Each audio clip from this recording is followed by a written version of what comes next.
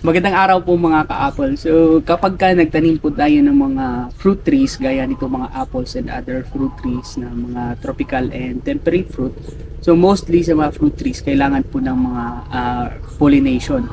So dito sa orchard, nagtatanim rin po ako ng isa sa mga plants na nakakapag-invite ng mga bees na usual yun yung mga pollinator. So ito po yung raspberry. Ayan. So, madami po ngayong bunga itong mga raspberry. And then ito, magpipik tayo. And then pwede rin natin i-consume. Ayan. So, ito yung mga flowers ng ating raspberry. Ayan. So, ito po yung nakakapag-invite ng mga bees dito. So, kapag ka pumunta na po dito yung mga bees sa ating raspberry, so, dinadaanan na rin po nila yung mga flowers ng ating fruit trees. So nakakatulong siya sa pollination. Ayan. Kasi isa sa mga kagandahan ng pollination is that nakakabuo po talaga ng bunga yung ating mga fruits. Ayan. So kapag meron tayong mga fruit trees, magtanim na rin po tayo ng mga ganitong crops. And then meron pang isa akong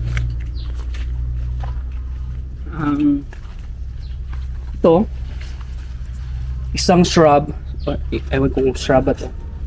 So, ito po yung tinatawag na comfrey. Ayan. Napakaganda po nito kasi medicinal po siya. And then nung minsan may bisita ako from Netherlands, so sabi niya edible daw po itong comfrey. So pag nag-research din po ako, talagang medicinal po siya. And then partner po talaga pala ito ng apples kasi ang roots ng ating comfrey is medyo mataas. So yung mga nutrients na hindi naabot ng mga other crops kasi medyo mababa yung or shorter yung kanilang roots. So naaabot po ng root ng comfrey. So ang ginagawa nila doon sa ibang bansa, ang comfrey is ginagawa rin nilang kaya itong dahon, ginagawa nilang mulch sa mga fruits. Ayan. So gaya nito, kapag ito pinuputol nila, so nilalagay daw nila dito sa may bandang baba or a natural mulch ng ating mga apples and other fruit trees kasi yung mga nutrients nandito nasisip na rin po ng ating mga fruit trees. So yun po ang isa sa mga kagandahan kapag meron tayong mga tanim na gaya nito. So sabi nung visitor ko dito, sabi ko nga from Netherlands, ito daw po ng variety na usual matatagpuan sa Russia.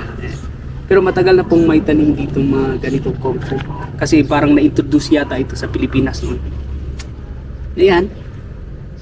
And raspberry.